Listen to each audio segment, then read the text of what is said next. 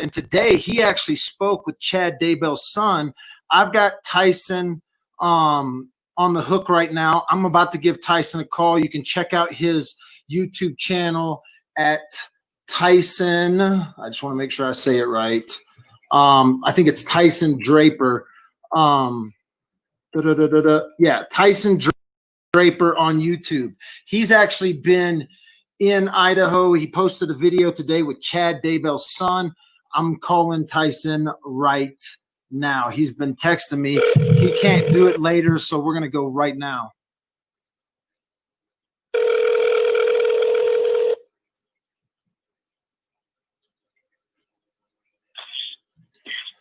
Tyson, Michael, what you up to, man?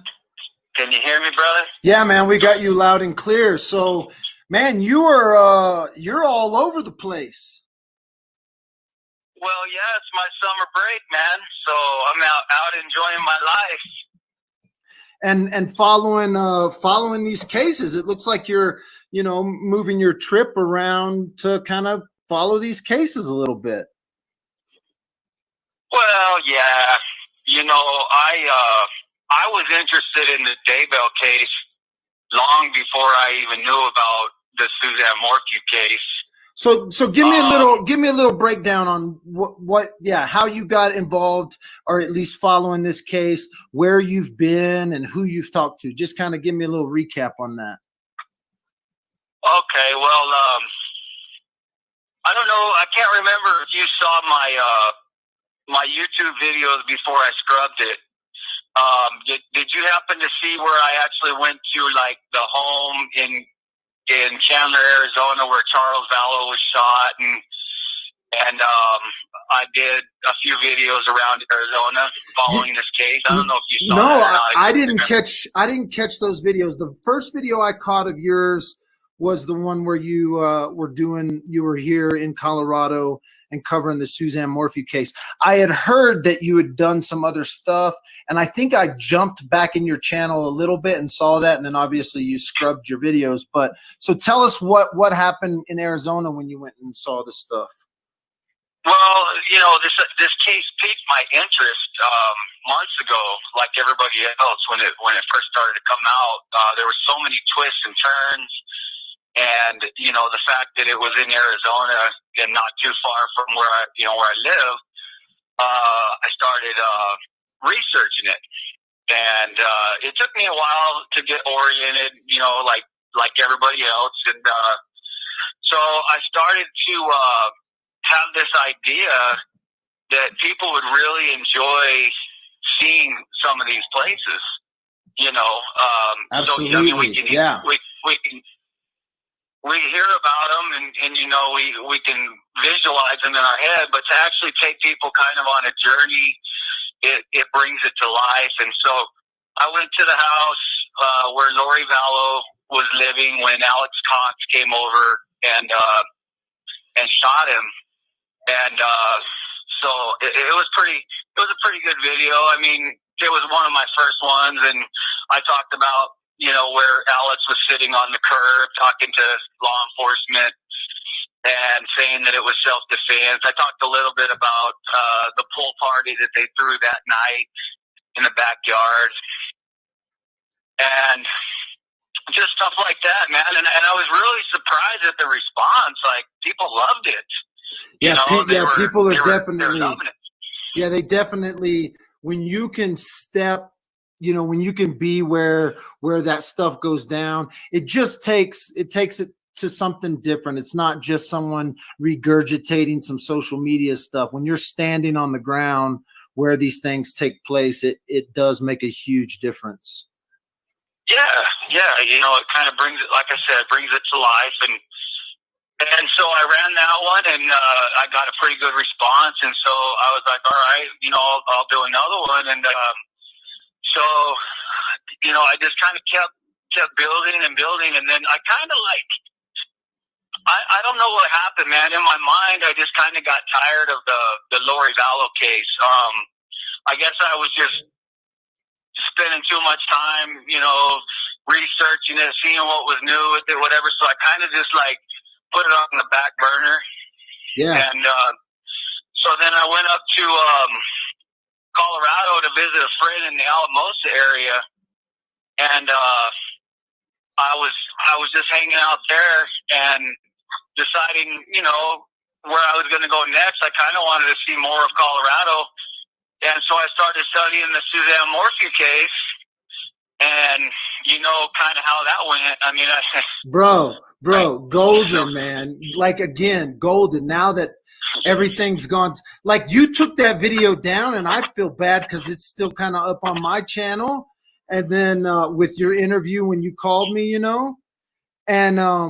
with the Barry video, but like, again, one of those things, because you took the time and put yourself in the right place. You were there to interview with Barry. But let's skip. I don't want to skip over. I don't want to skip over Suzanne Morphew, only because she deserves us to spend some time and talk about her. But let's just, the last couple of days now, you went back to Tammy Daybell's grave. Well, okay, yeah. So I guess I left out a big detail. So sometime last winter, I think it was like I want to say like February. I can't really remember.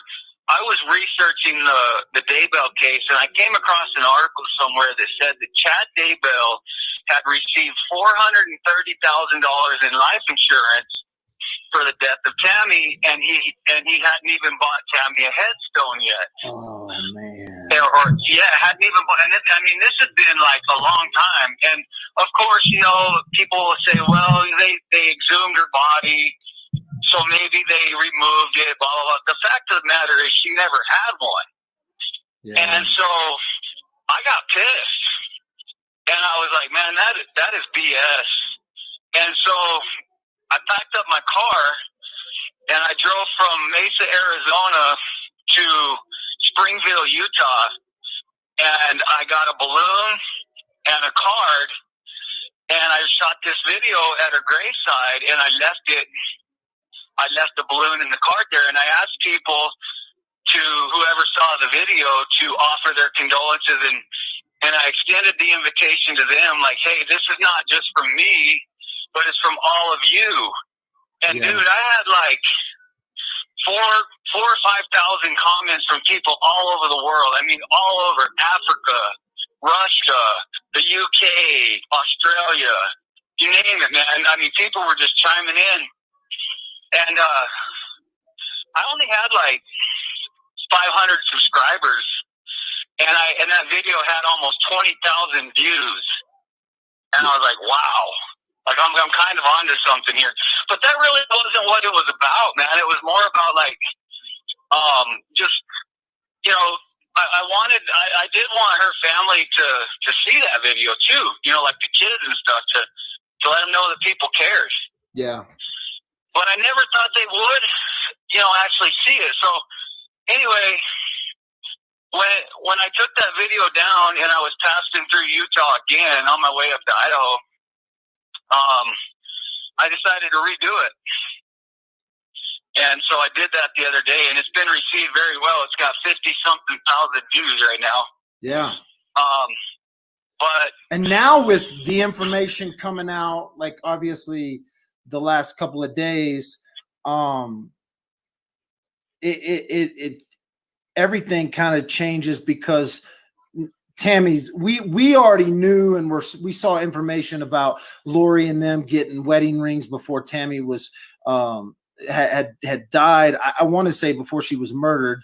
I understand that that's not the official report, but I feel you. You know what I'm saying? Like they had already planned this wedding out and stuff, and now that we're seeing what we're seeing come out over the last couple of days. So you go back there, there's a headstone there, and then you go by the house, you go by somebody's house. Well, you mean right there in Springville, Utah? Well, is that where where did you talk to Chad's son? Okay, so the story goes like this. After I wrapped up the video, I proceeded on to Idaho Falls Idaho, where I have a friend here that I'm staying with, him and his family. And Chad's home is down the road about 50 miles, just outside of Rexburg, in a small town called Salem, Salem, Idaho.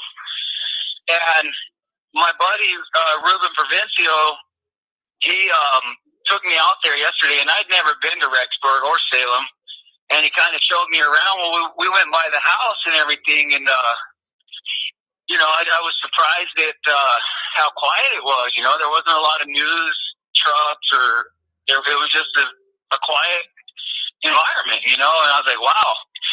So we came back into Idaho Falls. I got a good night's sleep. I went out there this morning, and I put myself in a position to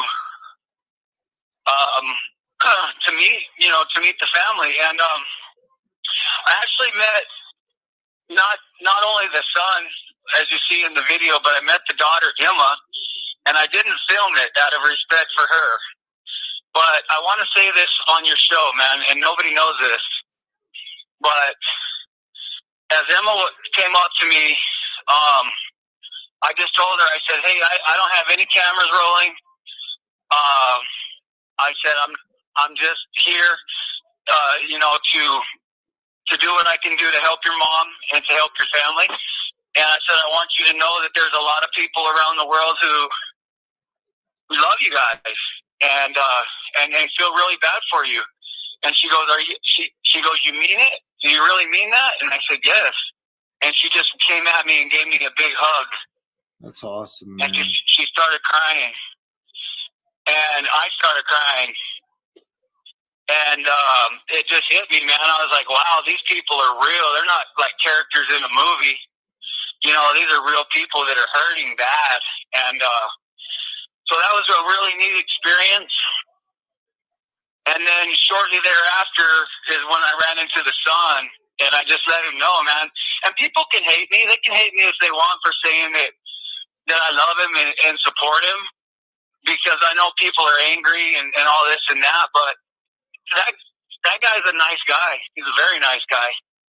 The son. Yeah. So that house that you were at, that's not Chad's house, right? Or was that Chad's house? That is Chad's house. That's so law enforcement wasn't around there anymore? They were very thin, man. They had one police officer that was posted up way back in the back, and he didn't bother anybody. He just kind of let everybody do their thing. And so I saw like in your video, it looked like there was some other cameras there. Yeah, they started showing up later in the day. We had a bunch of them out there later on, but it was honestly just one of the coolest experiences of my life, dude. Like, it was just neat, man. Like, just being there and watching them, and because there was a bunch of people there. What happened is Emma, the daughter, she lived across the street, and she's moving into Chad's house. So we watched, and I couldn't help because they don't want anybody helping, under the circumstances, which I get. But they were moving all of her furniture and everything into Chad's house. So we got a chance to talk to them and interact with them and stuff like that. And they're good, they're good people that are collateral damage, they're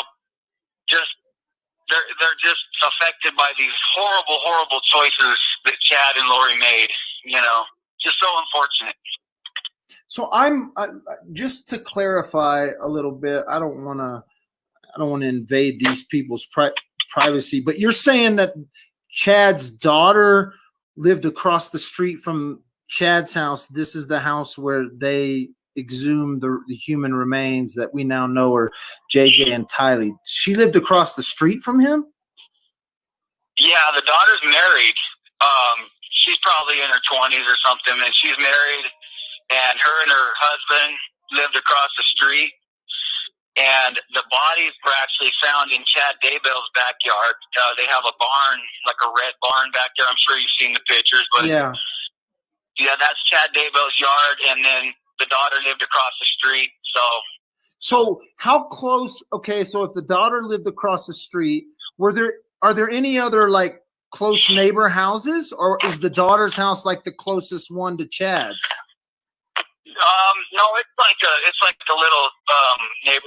There's a house directly across the street from Chad's, and then there's one to the north, and then there's one to the south. But Chad's property is pretty big. I mean, there were it looked like he owns like almost a block. Yeah. There back there in the back, there's a bunch of fields and stuff, but there's neighbors up on the other side and in the front and stuff. So I got you. And so this is Chad's daughter and son from a different marriage, obviously not Lori. This is Tammy's kids? Yeah, these are Tammy's kids. Okay. Yep. Okay. Wow. Yeah, they were married for like 1990. They were married in like 1990. For a long time. So yeah. Okay. So this is their kids, and they lived. Man, yeah, it had to have been a little bit of a surreal thing to be kind of standing there, especially. I would have really thought that law enforcement would have still had the house sealed off. They must have really specifically gone there with the intention of searching that backyard in specific spots. Did it look like it was specific spots that they had dug up? Because that's what it assumed, when we see it from the air or from pictures. But being there, did they dig up more spots, or was it very specific locations that you feel like they found stuff at? To me, it looked like it was very specific. They had a little spot right there in the backyard that was just kind of a square area, and they had a little blue tent over it. So it wasn't like there was a bunch of holes dug. They went to a very specific spot. They went to a specific spot, and I saw the people there from like Crime TV and the big networks and all that, and I talked to the neighbors, and one neighbor was going around saying, well, we tipped off the police because we saw bonfires over here, but that really wasn't the case, man. There was no bonfires, and I'm with you, bro. I've read those kind of headlines on the online about like the neighbors are the ones who tipped it off or whatever, but you don't. No, man, this is it was so specific. They knew exactly what they were looking for and where they were going to find it. To me, I feel like my gut feeling is like Lori told them where to go look. That's what I think. Yeah, and I'll be honest with you, it's not even my gut feeling. I've actually had conversations with some reporters that are up there, and they've kind of said unofficially, they can't say anything officially because it's not, it's part of this investigation. I don't have to follow those rules. And I feel like Lori has been talking. She put up there's a lot of rumors about how she was acting in her cell and people or whatever. However, I told someone, well, if someone's got people inside the Idaho jail, then they're on top of the sources. But I heard a lot of the rumors about the neighbors saying that they were the ones that tipped the cops off. But I again felt like it was a very specific location, but I wasn't there. So that's why, like, when I talk to you, I believe you're looking at all this stuff and seeing it as it goes down. And so, anything else, kind of the feeling around there? I'm sure it was chaos. Even when it was quiet, but I'm sure that after the cameras and stuff got there, they didn't have the neighborhood blocked off, so cameras were right there in front of the house and stuff. Oh yeah, well, you're gonna be surprised when I tell you this, man. But for me, the feeling was very peaceful.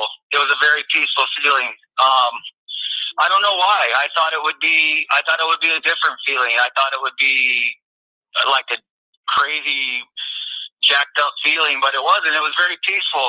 And as far as the neighborhood goes, everything was wide open, man. I'm gonna post a video tomorrow. I actually I put you might have seen on the fence there where people started putting flowers and stuffed animals and stuff like that, and signs and shirts, and Well, I was one of the first ones there, and I put a little dog for JJ because he had his little service dog. Yeah. And I can't remember the service dog's name, but I put a little dog there for him, and then I put some flowers for Tylee, and it was wide open. I mean, we were probably maybe 50 yards from where they dug up the bodies.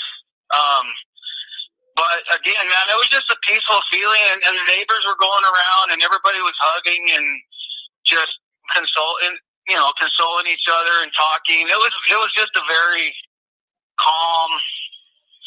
It wasn't anything crazy, man. It was just really a calm, peaceful environment. It was really neat. It was really a cool experience. That's awesome, man. Hey, Ty, thank you so much for coming on tonight. I want to let you know, like, chat is overwhelmingly in support of you, man, and they just are very thankful for your compassion, the professionalism, even in the way that you speaking with the family and stuff. And so, man, I've said it to you before, you're a special person. Be encouraged in this, man. You are I know that this isn't an easy thing, and it's the crap that can come your way is not always easy, but man, you've got a special gift, and thank you so much for doing this, and because you get to bring something that the news people don't. It's a little bit more authentic when it comes from people like you. And so, man, thanks again, and thanks for taking my call, Tyson. Hey, no worries, Michael. And hey, let's stay in touch, brother. Absolutely, man. And we will. I definitely want to talk more about Suzanne Morphew and get into that case with you a little bit. And so maybe we'll look at some stuff in the few weeks to come. Yeah, absolutely. I want to say on that note real quick, I got a guy that is living in Colorado, but he's from my hometown in Arizona. You might know him. His name is Justin Gagey. Justin Gagey? The fighter? The fighter? The fighter? That's your buddy? Well, I wouldn't say he's my buddy, but I mean, I know of him because he's from my hometown. Oh, okay. My buddy. Yeah, I love Justin. I love the UFC, and I love Justin and what he's doing. So that's awesome. Yeah, so I reached out to him on Facebook. I'm trying to because I want to get some voices that are really powerful in Colorado right now to get on this Suzanne Morphew case, man, because I don't want it to die out. We need to keep it alive. Absolutely. Absolutely, man. So yeah, let's keep talking about it. Again, Tyson, you are awesome, bro. Thanks for coming on tonight, man. Thank you, brother. All right. I appreciate it. We'll talk to you later. Talk to you later. Bye-bye. I've just put up a link to Tyson's YouTube. If that link doesn't work, you can cut and paste it. But let me tell you, all you got to do is go to YouTube and type in Tyson Draper, Tyson Draper. His YouTube channel looks like this. It's got like a tiger on it.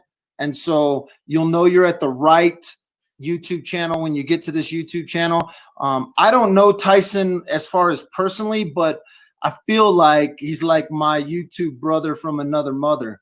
And so he has done some incredible stuff. He's pulled down a few of his videos that he had up. But when I first talked with Tyson, he had like 800 subscribers on YouTube. He's up to over 5,000, which is phenomenal. He'll be way past me in no time. That dude is committed on another level. It's another commitment.